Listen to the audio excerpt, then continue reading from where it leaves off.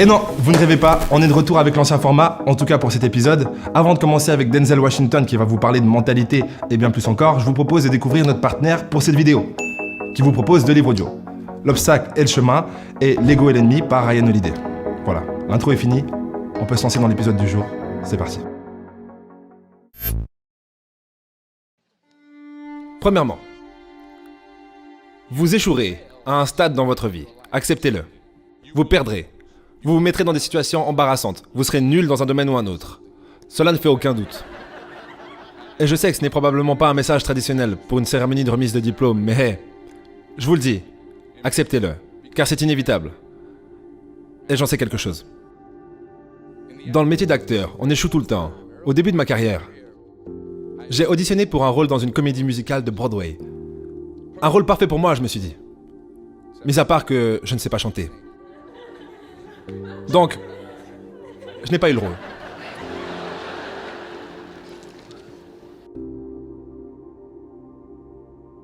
Mais le truc, c'est que je n'ai pas abandonné. Je n'ai pas laissé tomber. Je suis reparti et je me suis préparé pour l'audition d'après. Et l'audition suivante. Et l'audition suivante. J'ai prié. J'ai prié. Et encore prié. Mais j'ai continué à échouer. Et à échouer.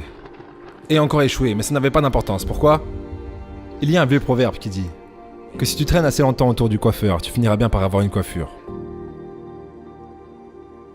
Donc vous aurez votre chance. Et j'ai fini par avoir la mienne.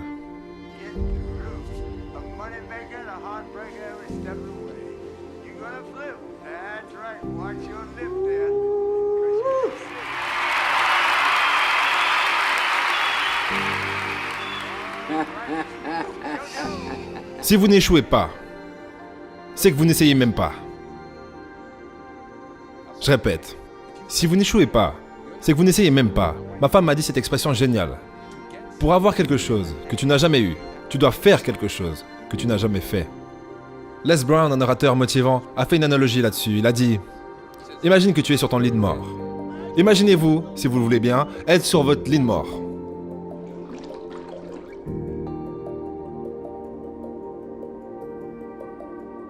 Et qu'autour de votre lit se tiennent les fantômes, des idées, des rêves, des capacités, des talents qui vous ont été accordés par la vie. Et pour une raison, vous n'avez jamais mis à profit ces idées. Vous n'avez jamais cherché à réaliser ce rêve. Vous n'avez jamais exploité ces talents. Nous n'avons jamais pu voir tes qualités de leader.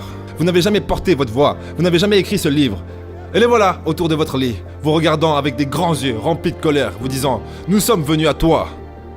Et toi seul aurais pu nous donner vie. Et maintenant, nous devons mourir avec toi, à jamais. »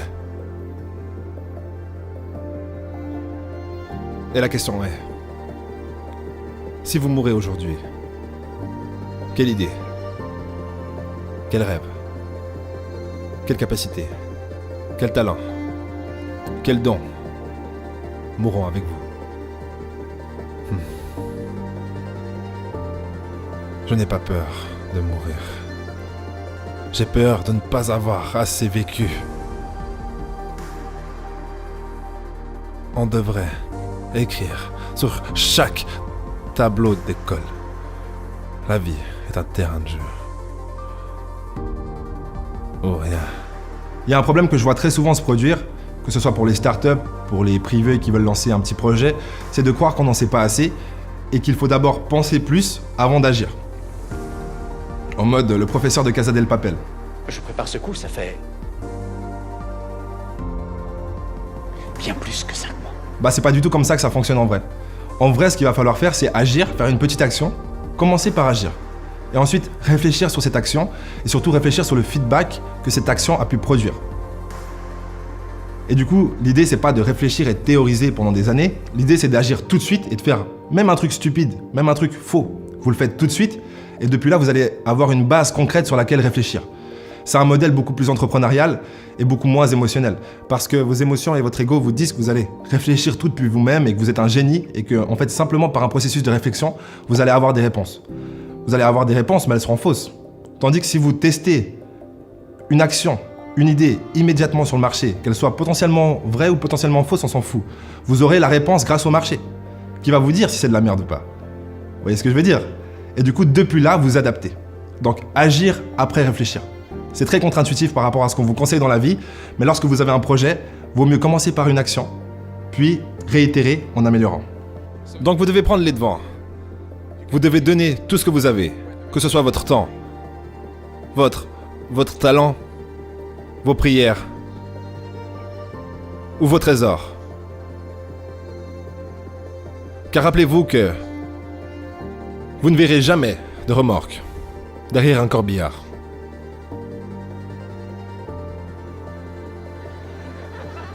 Je répète, vous ne verrez jamais une remorque derrière un corbillard. Vous ne pouvez rien emporter avec vous. Les Égyptiens ont essayé. Ils ont réussi à tous faire voler.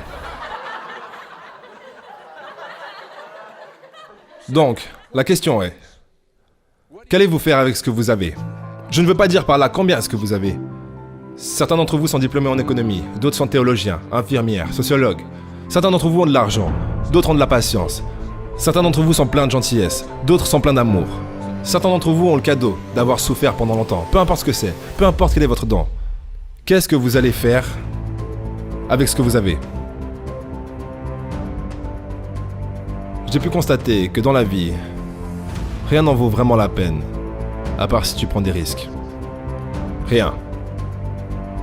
Nelson Mandela a dit, il ne peut y avoir de passion s'il n'y a pas d'enjeu, et si on se contente d'une vie inférieure à celle qu'on est capable de vivre. Maintenant, je suis sûr que vos expériences à l'école, en candidat à l'université, en choisissant votre filière, en décidant ce que vous voulez faire dans la vie, je suis sûr qu'on vous a dit de vous assurer de toujours avoir un filet de secours. Assure-toi toujours d'avoir un filet de secours, mon chou. Mais je n'ai pas compris ce concept. Avoir un filet de secours. Si je suis amené à tomber, je ne veux pas retomber sur quoi que ce soit. À part ma foi. Je veux tomber en avançant. Je me dis que de cette façon, je pourrais voir où je tombe. Tomber en avançant. C'est ça que je veux dire.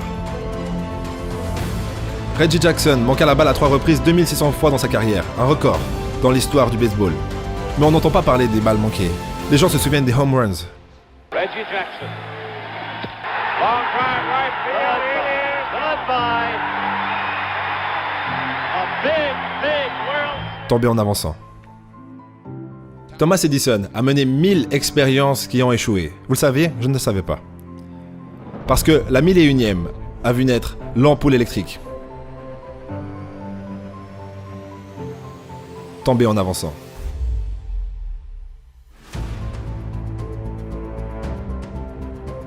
Sans engagement, vous ne commencerez jamais. Et plus important encore, sans régularité, vous ne terminerez jamais. Continuez à travailler. Continuez à aller de l'avant, n'abandonnez jamais, tombez 7 fois, relevez-vous 8 fois. La facilité est une plus grande menace pour le progrès que la difficulté.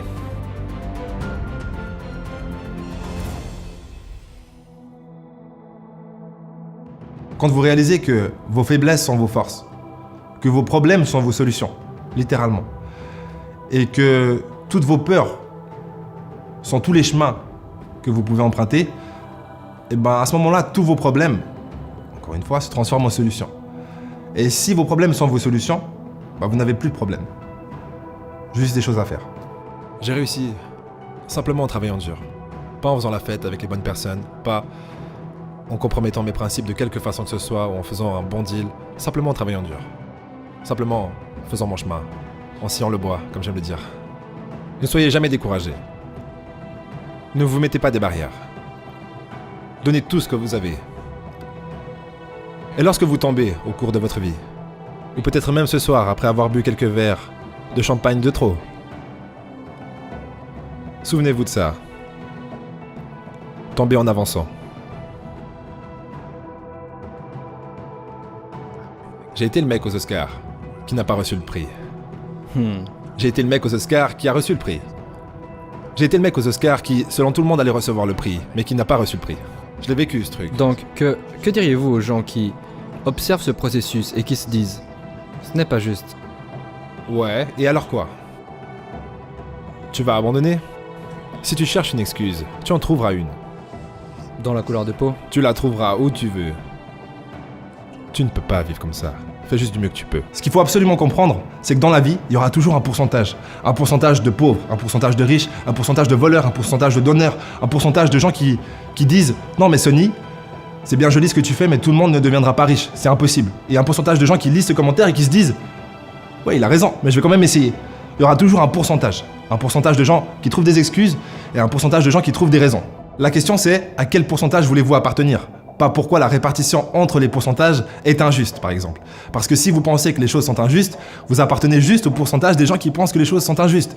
Et devinez quoi ? Pour eux, les choses sont injustes. Enfin bref, vous avez compris. Si tu es toujours là, je te repropose les 2 livres audio par Ryan Holiday, L'obstacle et le chemin et L'ego et l'ennemi, 2 livres audio à écouter absolument dès que possible. C'est vraiment, pour moi, des classiques dans le développement personnel. Et d'ici là, je vous dis au prochain épisode.